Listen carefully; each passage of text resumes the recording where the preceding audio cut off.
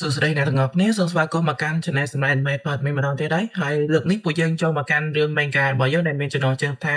Resurrected as the Most Hated Villain ឬក៏អាចនិយាយបានថាខ្ញុំចាប់ជាតិជាតួអង្គចិត្តអាក្រក់ដែលគួរឲ្យសោកបំផុតដែលជាភាគទី3របស់យើងទាំងអស់គ្នាតែមុននឹងចូលស្អីគេមានចង់និយាយបន្តិចពីរឿងខ្លះមានគិតថាគ្នាយើងមួយចំនួនហ្នឹងក៏អត់ទាន់បានដឹងពីរឿងហ្នឹងឯងអ្វីដែលមានបានធ្វើហ្នឹងគេហៅថា Manga វាជារបស់លំនាំដើមចេញមកពីប្រទេសជប៉ុនហើយ Manga ភាគច្រើនគឺអត់មានcolor ឯងភាគច្រើនគឺសខ្មៅកម្រមាន color អត់មានមើល Manga ច្រើនដែរតែដូចជាដែរឃើញ Manga ណាមាន color ដែរចឹងហើយមានអត់ច្បាស់ថាមាន Manga មាន color ឬក៏អត់តែអ្វីដែលពួកយើងមើលហត់ដល់នៃគេបានយកមកសម្រាយហ្នឹងហើយមាន color ហ្នឹងភាគច្រើនគឺជា Manga ឬក៏ novel ផុសចិនឬក៏ Manga ផុសកូរ៉េចឹងហើយបានមាន color ពីរឿងហ្នឹងគឺមាន color តែបើសិនជា Manga ផុសជប៉ុនវិញគឺអត់ភាគច្រើនគឺអត់មាន color ឯងចឹងហើយមានគឺអត់ដឹងថាគួរតែមានអីនិយាយទេឥឡូវនេះពួកយើងចូលមកភាគតនៃសាច់រឿងរបស់យើងទាំងអស់គ្នាវិញនៅក្នុង chapter ទី5ហ្នឹង Baros គឺជឿជាក់ខ្លាំងមកជាមួយនឹងទម្រង់ដើមរបស់គាត់ហ្នឹងនិយាយទៅអស់រយៈពេល500ឆ្នាំហើយអត់ដែលមានណាគេបង្ខំគាត់ឲ្យប្រើជាទម្រង់ដើមចឹងឯងហើយបើនិយាយពីពួកមេឃដែលមាន Grimoire វិញតាំងពីដើមឡើយគ្មានអ្នកណាគេហ្នឹងមានសិទ្ធិអាចយកឈ្នះពូជពងអ្នករបស់ពួកគាត់បានទេតែបើនិយាយពីអប៉ែឡាបេរីគឺនៅតែខ្មើថយមកឆ្កែដូចដើមតែម្ដងនិយាយទៅអប៉ែហ្នឹងគឺបាននិយាយទៅការអប៉ែ Baros ហ្នឹងថាអនិច្ចាអីយើងមកទីនេះគ្មានគោលបំណងថានឹងប្រយុទ្ធចាញ់មនុស្សដូចជាឯងហើយឯងមានដឹងអត់ថាតើជាទូទៅគេហៅពួកអាមាត្យធំតែអន់កំសាកនឹងថាម៉េចគេហៅថាអាអន់ហើយអប៉ែបារ៉ុសហ្នឹងក៏ចង់ដឹងដែរថាចាំមើលអប៉ែឡាបេរីហ្នឹងគឺខ្មើបានដល់ការទៀតចាំមើលហើយស្របពេលហ្នឹងការប្រយុទ្ធក៏បានចាប់ផ្ដើមដូចគ្នាទៅពេលដែលអប៉ែបារ៉ុសបោះមកកញ្ញាចេញមកហ្នឹងអប៉ែឡាបេរីគាត់បានគេចផុតហើយគាត់ក៏បានប្រើប្រាស់ skill disaster ដែលជា skill ធាតុខ្យល់ទៅចាត់ការអប៉ែបារ៉ុសហ្នឹងវិញដូចគ្នានិយាយទៅអប៉ែឡាបេរីហ្នឹងគាត់គឺអត់ទាន់ច្បាស់ខ្លួនឯងទេថាគួរតែដោះដូរដៃជាមួយអប៉ែហ្នឹងមកស្ទុះទៀតឬក៏មិនតែមើលទៅអប៉ែបារ៉ុសហ្នឹងដូចជាខ្លាំងជាងទម្រង់ពុយមុនផងអប៉ែហ្នឹងទៀតតែបើមើលទៅកាន់យប៉ែក្លោឌៀវិញឥឡូវនេះគឺសន្លប់អត់ទាន់ភ្ញាក់ឡើយទេហើយសាច់រឿងគេក៏បានបកទៅកាន់អតីតកាលរបស់យប៉ែហ្នឹងឲ្យយើងបានឃើញដែរនិយាយទៅយប៉ែហ្នឹងគឺធ្លាប់មានគ្រួសារដ៏កក់ក្ដៅមួយហើយយប៉ែហ្នឹងគឺពិតជាចូលចិត្តសភៅរឿងមួយដែលមានចំណងជើងថា As the Owner of the Holy Soul Raisalon ដែលរឿងហ្នឹងគឺនិយាយអំពីអ្នកចម្បាំងស្រីម្នាក់ដែលមានភាពក្លាហាននិងខ្លា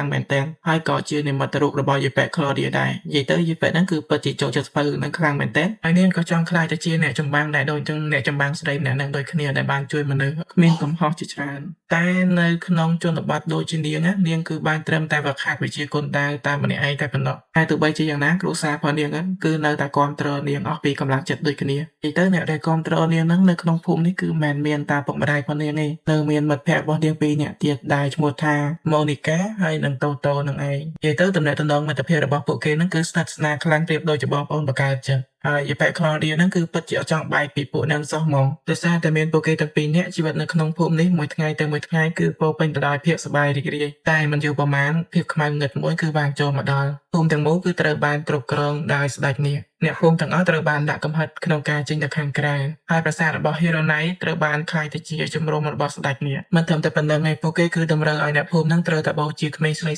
ឲ្យពួកគេជារៀងរាល់ឆ្នាំហើយមនុស្សដំបូងនោះគឺ Monica នឹងឯងនាងគឺត្រូវបានចាប់ទៅភ្លាមៗដោយបង្ខំហើយនៅឆ្នាំបន្ទាប់អ្នកដែលត្រូវបានជ្រើសរើសនោះគឺជាយប៉ែក្លោឌៀនឹងឯងនិយាយទៅឪពុកម្ដាយរបស់នាងដឹងច្បាស់ណាស់ថាថ្ងៃណាមួយថ្ងៃហ្នឹងគឺនឹងត្រូវមកដល់ទាំងហើយពួកគេគឺបានជីករថមួយសម្រាប់ឲ្យយប៉ែក្លោឌៀនឹងរត់គេចតែវាគួរឲ្យសោកស្ដាយរថហ្នឹងគឺគ្រប់គ្រាន់សម្រាប់តែក្មេងស្រីម្នាក់ដើម្បីរត់តែប៉ុណ្ណោះនិយាយទៅសម្រាប់ពួកគាត់ទាំងពីរនាក់ហ្នឹងឲ្យតែយប៉ែក្លោឌៀអាចរស់បានគឺវាគ្រប់គ្រាន់សម្រាប់ពួកគាត់ហើយពួកគាត់គឺបានប្រកល់ដាវមួយមកឲ្យនាងហើយប្រាប់នាងថាត្រូវតែរត់ទៅកាន់រាជធានីហើយត្រូវតែបំពេញក្តីសម័យរបស់នាងខ្លាចទៅជាអ្នកប្រយុទ្ធមួយដ៏អស្ចារ្យជាមួយនឹងការរត់គេចដោយភាពកំសាកនិងភាពភ័យខ្លាចរបស់នាងហ្នឹងនាងគឺស្ដីបន្ទោសខ្លួនឯងអស់ពេញមួយជីវិតតែម្ដងជាមួយនឹងសុបិនដ៏សោកសៅរយូរនឹងមកឥឡូវនេះគឺត្រូវបានបញ្ចប់ហើយមូលហេតុហ្នឹងគឺនាងបានភ្ញាក់ពីការស្លាប់ហើយក្រោយពេលហ្នឹងគឺនាងបានចាប់អារម្មណ៍នឹងថាអប៉ែរ៉ាបេរីហ្នឹងគឺបានប្រើប្រាស់បារីរបស់គាត់ហ្នឹងដើម្បីការពារនាងក្នុងកំឡុងពេលដែលនាងត្រូវបានស្លាប់ហ្នឹងនិយាយទៅពីដំបូងឡើយនៅពេលដែលនាងសម្រេចចិត្តមកវិមានរបស់ស្ដេចនាងហ្នឹងនាងគឺដឹងច្បាស់ថានាងគឺអាចយកឈ្នះបានទេ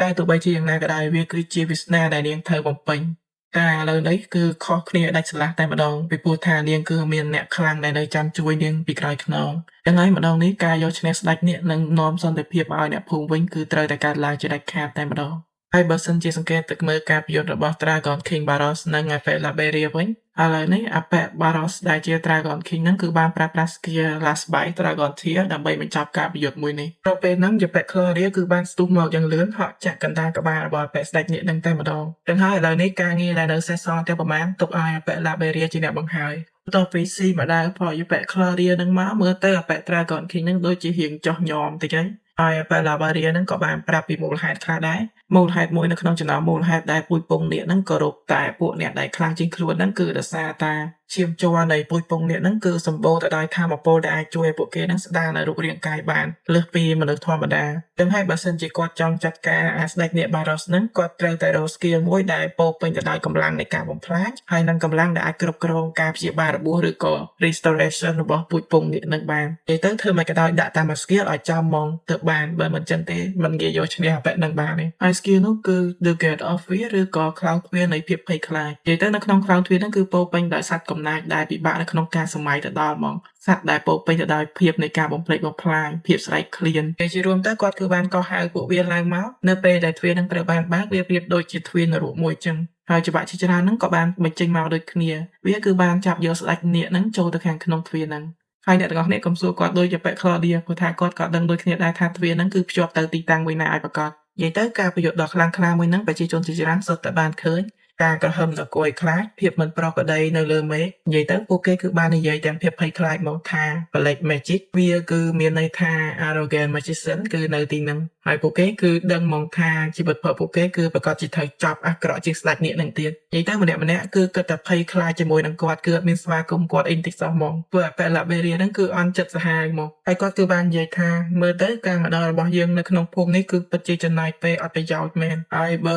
Ape Claudia ហ្នឹងគឺទ្រាំលែងបានហើយស្រែកដាក់អ្នកភូមិយកតែម្ដងតែនេះគឺជាអ្វីដែលអ្នកនរគ្នាបើកមាត់និយាយជាលើកដំបូងមែនទេហើយមិនក៏អ្នកទាំងអស់គ្នាហ្នឹងមកប្រមាថមើលងាយអ្នកដែលបានជួយអ្នកទាំងអស់គ្នាចឹងគាត់គឺជាអ្នកជួយអ្នកទាំងអស់គ្នាអំពីកណ្ដាប់ដៃរបស់ស្ដេចនាគច្បាស់ណាស់នាងតែងគឺគ្មានសមត្ថភាពក្នុងការជួយអ្នកទាំងអស់គ្នាបានទេហើយឥឡូវនេះអ្នកទាំងអស់គ្នាបែរជាស្របពេលហ្នឹងយេប៉ែតូតូគឺបានស្ទុះមកកាត់សម្ដីរបស់យេប៉ែ Claudia ហើយបានចូលមកនាងនិយាយទៅនាងគឺបានសុំទោសទៅកាន់អាប៉ែ Laberia និយាយទៅអ្នកទាំងអស់គ្នាគឺបានដឹងពីរឿងហ្នឹងតែពួកគេហ្នឹងគឺកំពុងតែភ័យខ្លាចនិងតក់ស្លុតជាខ្លាំងអញ្ចឹងហើយទើបធ្វើឲ្យពួកគេនិយាយរឿងបែបហ្នឹងតែអាប៉ែ Laberia ហ្នឹងគឺបាននិយាយថាមិនទេណាមួយខ្ញុំមកទីនេះដើម្បីកម្ចាត់ស្ដេចនាគក៏មិនដើម្បីតែចង់បានគុណសម្បត្តិឬក៏ចង់បានការតបស្នងអីទេនៅពេលដែលគាត់បានដើរចេញទៅហ្នឹងយេប៉ែ Claudia និងអ្នកភូមិទាំងអស់គឺបានចូលរួមគ្នាមកអរគុណគាត់និយាយទៅជាចុងក្រោយគាត់គឺទទួលបានការទទួលស្គាល់អំពីអ្នកភូមិយ៉ាងពិតប្រាកដហើយកាត់ចូលមកដល់ប្រហែលថ្ងៃមកទៀតនៅក្នុងជំរំរបស់វីរៈជនអាប៉ែ Reinhardt វិញឃើញថាទទួលបានសម្បត្តិមួយដែលសរសេរទៅដោយយេប៉ែ Claudia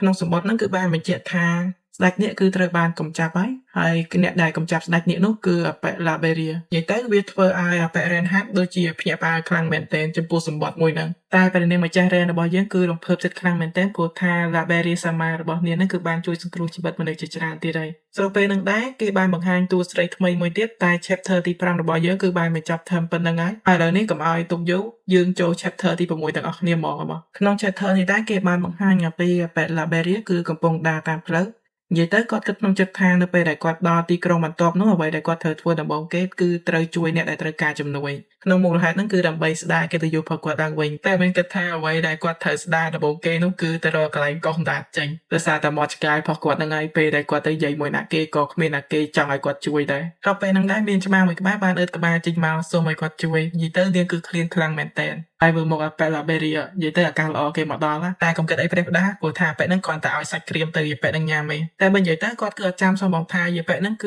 ជាតួអង្គមួយណានៅក្នុងសាច់គ្រឿងហ្នឹងតែវាក៏មិនខុសទៅអីដែរគ្រាន់តែដាក់ចំណីឲ្យឆ្មាណាថាតែកន្លែងនេះមានថែមឯណានៅពេលដែលយេប៉ែហ្នឹងញ៉ាំអីហើយហ្នឹងគាត់គឺបានសួរឈ្មោះយេប៉ែហ្នឹងតែយេប៉ែហ្នឹងគឺបានឆ្លើយទាំងខ្មើតែម្ដងថាគាត់នឹងភ្ញាក់ផ្អើលនៅពេលដែលបានស្គាល់ឈ្មោះផងនាងយេប៉ែហ្នឹងគឺជាកូនស្រីរបស់មេដឹកនាំរបស់ពួក Beastmen ឈ្មោះថា Rydia Cassis គ្រាន់តែឮឈ្មោះហើយគឺពិតជាភ្ញាក់ផ្អើលរបស់គេមែនឥឡូវនេះគាត់សុំដាក់មេប្រូចសិនហើយស្របពេលហ្នឹងអាប៉ែ Laberia ក៏បានបកស្រាយយើងបានដឹងដែរថាស្ដេចដែលគ្រប់គ្រងពួក Beastmen បច្ចុប្បន្នហ្នឹងគឺមានឈ្មោះថា Razia Cassis ហើយក៏មានកូនស្រីម្នាក់ឈ្មោះថាព្រះនាងម្ចាស់ Rydia និយាយទៅព្រះនាងម្ចាស់ម្នាក់ហ្នឹងគឺមានចរិតខុសដាច់ពីឪពុករបស់នាងហើយនាងគឺតែងតែរត់គេចចេញពីផ្ទះរហូតគឺគេចចេញពីអំណាចផ្ដាច់ការរបស់ឪពុករបស់នាងព្រោះថាឪពុករបស់យេប៉ែហ្នឹងគឺតឹងរឹងហើយនឹងមើងម៉ាត់ខ្លាំងលក្ខណៈថាបារម្ភពីកូនស្រីខ្លាំងតែអ្វីដែលសំខាន់ជាងនឹងទៅទៀតនោះគឺឲ្យតែណាគេហ៊ានហៅយេប៉ែហ្នឹងថាអត់ជាមនុស្សអត់បានការ ដឹងតែយេប៉ែនឹងកាប់អល់តែម្ដងហើយនៅក្នុងថ្ងៃអនាគតនៅពេលដែលយេប៉ែនឹងបានខ្លាយទៅជាអ្នកដឹកនាំរបស់ពួក Beastmen ហ្នឹងណាយេប៉ែនឹងគឺបានបើកសង្គ្រាមមួយដ៏ធំរវាងពួក Beastmen និងពួកមនុស្សហើយបើសិនជាគាត់ហ៊ានតែនៅជាពាក់ជាពិនជាមួយនឹងយេប៉ែនឹងតទៀតណាច្បាស់ណាស់ការលុបលាងឈ្មោះអាស័យរបស់គាត់នឹងប្រកាសជាអាសាបងហើយមិនត្រឹមតែប៉ុណ្្នឹងទេគេនៅចោទគាត់ថា team up ជាមួយនឹងពួក Villain ថែមទៀតនិយាយទៅឈ្មោះអាស័យរបស់គាត់គឺប្រកាសជាកាន់តែធ្ងន់ថែមពីលើនឹងប្រមាណតាំងទៀតនិយាយទៅគាត់គឺគ្មានកាតព្វកិច្ចអីត្រូវជួយយេប៉ែនឹងឯងហើយណាមួយជួយទៅក៏បានផលអីដែរអញ្ចឹងហើយគាត់ជួយតែគាត់គិតថាបើសិនជាចាប់យេប៉ែនឹងយកទៅឲ្យពួក Beastman ហ្មងទៅគិតថាល្អអត់ណាsauពេលហ្នឹងយេប៉ែនឹងគឺបានសុំរង្វាន់គាត់ថែមទៀតថាឲ្យជួយនាងទៅចាំនាងមានរង្វាន់ឲ្យហើយរង្វាន់នោះគឺនាងនឹងធ្វើជាប្រពន្ធគាត់ដោយផ្ទាល់តែម្ដងហេយេប៉ែឯងគិតអីគិតថាខ្ញុំនឹងចង់បានខ្លាំងមែនបើនិយាយទៅខ្ញុំស្រឡាញ់លោកឯងតាំងពីបានឃើញដំបូងហើយលោកឯងមិនគិតថាមានមោទនភាពទេដែលបានខ្ញុំស្រឡាញ់កំណត់ហ្នឹងដូចគ្មានផុសក្នុងខួរក្បាលខ្ញុំសម្បីតែបន្តិចលោកឯងមើលតិចមើលនេះខ្ញុំមិនដូចភ្នំអាលុំអញ្ចឹងអត់មានចាក់អារម្មណ៍អីតិចសោះហ្មងឯងឆាប់ទៅផ្ទះវិញឲ្យបាត់ទៅយេប៉ែឆ្មាងើអត់ទេគេអត់សុខទេធ្វើជាសត្វចិញ្ចឹមក៏បានដែរទៅណានិយាយទៅយេប៉ែហ្នឹងគឺអោបគាត់ឡើងណែនហ្មងមើលតែពេលថាវេរាទៅដល់ថ្ងៃព្យាយាមកិច្ចមុខចេញអញអត់ត្រង់ហើយវើយស្ដាប់ឲ្យច្បាស់ណាយេប៉ែយើងហ្នឹងគ្មានពេលចំណាយពេលមកអត់ប្រយោជន៍ជាមួយនឹងមនុស្សដូចយេប៉ែឯងទេមកពីផ្លូវណាទៅផ្លូវហ្នឹងឲ្យឆាប់ទៅបាត់តែស្របពេលហ្នឹងយេប៉ែហ្នឹងគឺបានដួលស្លាប់មូលហេតុហ្នឹងគឺដោយសារតែយេប៉ែនឹងក្តៅខ្លួនហ្នឹងឯងជាចុងក្រោយគាត់គឺនៅតែជ្រើសរើសមើលថែយេប៉ែនឹងដែរពិតជាមេបញ្ហាមែនតែបើនិយាយទៅធំចំណុចនេះអត់មានអ្នកដឹងទេថាយេប៉ែនឹងធ្វើពុតជាស្លាប់ឬក៏មិនព្រោះថាគាត់តែធំក្លិនអាហារឈ្ងុយភ្លាមងើបឆ្ងល់ចេញមកតែម្ដងហើយយេប៉ែនឹងនៅសរសើរទៀតថាអាហារដែលអាប៉ែឡាបេរីធ្វើហ្នឹងគឺពិតជាឆ្ងាញ់ខ្លាំងមែនតែនសម័យមើលបើសិនជានាងបានញ៉ាំអាហារឆ្ងាញ់បែបហ្នឹងរងថ្ងៃមិនដឹងថាជាល្អប៉ុណ្ណាទេហើយចាប់ពីពេលហ្នឹងទៅអាប៉ែឡាបេរីហ្នឹងនឹងខ្លាចទៅជាមិត្តភក្តិផងនាងហើយតើច្បាស់ណាស់យេប៉ែខ្ញុំគ្មានពេលចំណាយពេលទៅមើលថែក្មេងមហាបដូចជានាងឯងចឹងហើយនៅពេលដែលកម្ដៅរបស់នាងធ្លាក់ចុះឆាប់បញ្ញាប់ទៅផ្ទះឲ្យបាត់ទៅតែយេប៉ែហ្នឹងគឺអត់ព្រមទៅឯព្រោះថានាងគឺមានមនុស្សដែលនាងត្រូវទៅជួបចូលមកដល់ចំណុចហ្នឹងអាប៉ែឡាបេរីរៀងភ្ញាក់ផ្អើលដែរព្រោះថាគាត់ធ្លាប់តែគិតថានាងប្រហែលជាស្អប់ស្រុកកណ្ដាលផងនាងតែបើនិយាយទៅតាំងពីពេលដែលគាត់សម្រេចចិត្តថាកុំចាប់ស្ដេចនាគជាជាងចំណាយពេលទៅប្រយុទ្ធជាមួយនឹងពួក hero ហ្នឹងមកប្រកាសណាស់សាច់រឿងនៅក្នុងហ្គេមក៏ជាមានការផ្លាស់ប្ដូរស្របពេលដំណើរគ្នានឹងដែរជាមិនខាននិយាយទៅយេប៉ែរីឌីហ្នឹងគឺចង់ជួបមនុស្សស្រីម្នាក់ដែលមានឈ្មោះថារ៉ាឆានាងគឺជាសិស្សស្រីម្នាក់ដែលរៀនវេទមន្តតែនាងគឺបានប្រើប្រាស់ឈ្មោះមួយទៀតថាណូអានិយាយទៅមូលហេតុចម្បងហ្នឹងគឺដោយសារតែនៅក្នុងគោលសម្ព័ន្ធរបស់នាងពេលដែលមានមនុស្សឡើងក្រងរែកហើយមនុស្សម្នាក់ហ្នឹងគឺអាចចេញពីគោលសម្ព័ន្ធជាដាច់ខាតចឹងហើយទើបនាងសម្រេចចិត្តថាយ៉ាងហោចណាស់នាងគឺចង់ទៅជួបយេប៉ែណូអាហ្នឹងឲ្យបានម្ដងជាលើកចុងក្រោយដែរនៅពេលដែលលើបែបហ្នឹងហើយអាប៉ែឡាបេរីគឺសម្រេចចិត្តថានឹងជួយយេប៉ែហ្នឹងជូនទៅជួបយេប៉ែណូអាហ្នឹងតែគាត់គឺត្រូវការដោះដូរជាមួយនឹងយេប៉ែនឹងមួយគឺនៅថ្ងៃអនាគតនៅពេលដែលយេប៉ែនឹងខ្លាយទៅជាមេដឹកនាំហើយ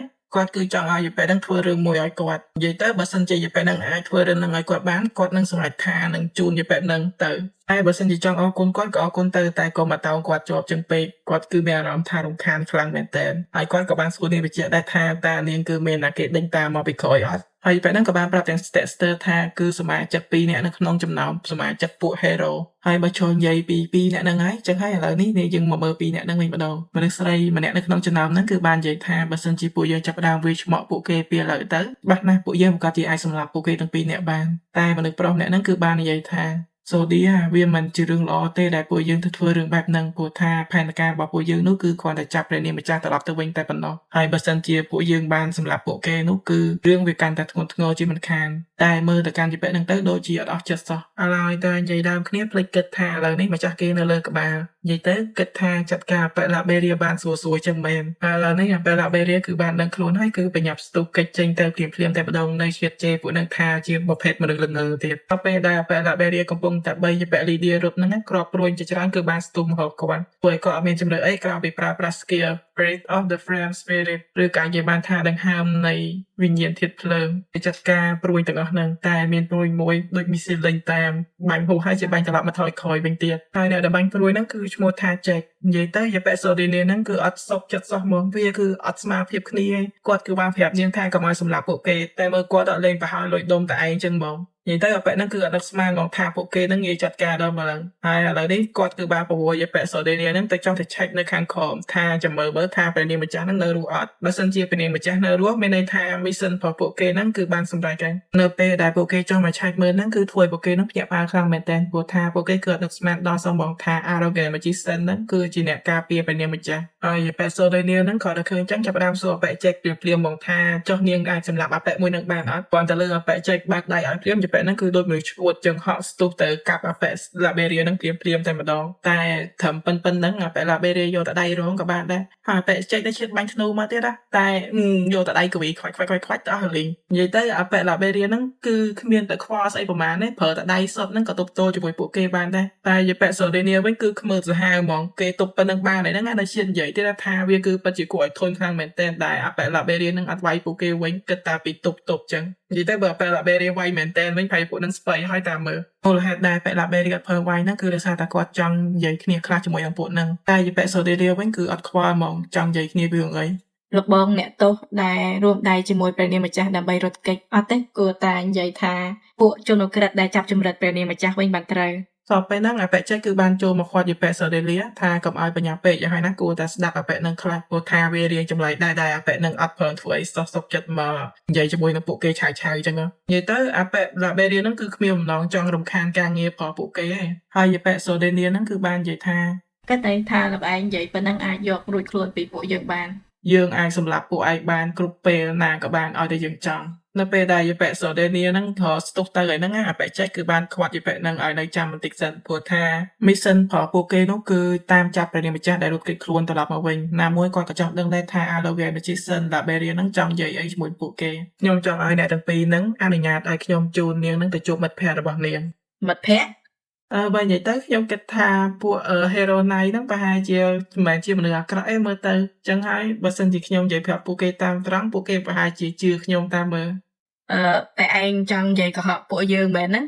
គាត់ទៅលើហើយប៉ែ Laberia បាសជើងទៅមកគ្នានិយាយការពិតប៉ុណ្្នឹងឯហ្នឹងអត់ជឿគ្នាហើយគិតថាគ្នានិយាយកុហកទៀតមើលទៅចំណាយពេលនិយាយជាមួយនឹងពួកអាលងើប្រហែលក្បាលអស់ហ្នឹងគឺពិតជាអត់បានផលអីមែនហើយគាត់គឺអត់មានជំរឿអីផ្សេងទេក្រៅពីព្យាយាមពយាពេលឲ្យពេលនេះម្ចាស់ Ridia ហ្នឹងឲ្យមានពេលវេលាគ្រប់គ្រាន់ដើម្បីរត់គេចពីព្រៃមួយហ្នឹងតែស្រាប់ពេលហ្នឹងគឺមានសញ្ញាមួយតែវរត់មកហើយប្រើប្រាស់រន្ទះជើងអត់សមោធាក់ចំកណ្ដាលមុខផកបែកចែកតែម្ដងចឹងហើយសាច់រឿងរបស់យើងដែលមានគិតថាចប់ត្រឹមប៉ុណ្្នឹងបានហើយដូចជា10នាទីជាងដែរហើយណាមួយមួយ chapter ដូចជាចង់30សន្លឹកដែរល្មមអាចមានកាត់ធ្វើមុខដែរហើយពួកយើងដូចជាមានន័យថានិយាយគ្នាទៀតទេហើយចឹងហើយកុំភ្លេចបើសិនជាចូលចិត្តកុំភ្លេចជួយ like វីដេអូ Platform Network ផងហើយបើសិនជាអត់ទាន់ចុច Subscribe ទេកុំភ្លេចជួយចុច Subscribe លើ Channel Platform Network ផងហើយនឹងចុចរូបសញ្ញាកណ្ដឹងដើម្បីទទួលបានវីដេអូថ្មីៗ Platform ពិតជាអរគុណមែនទែនសម្រាប់ការគាំទ្រផងអ្នកទាំងអស់គ្នាជំរាបលាបាយបាយ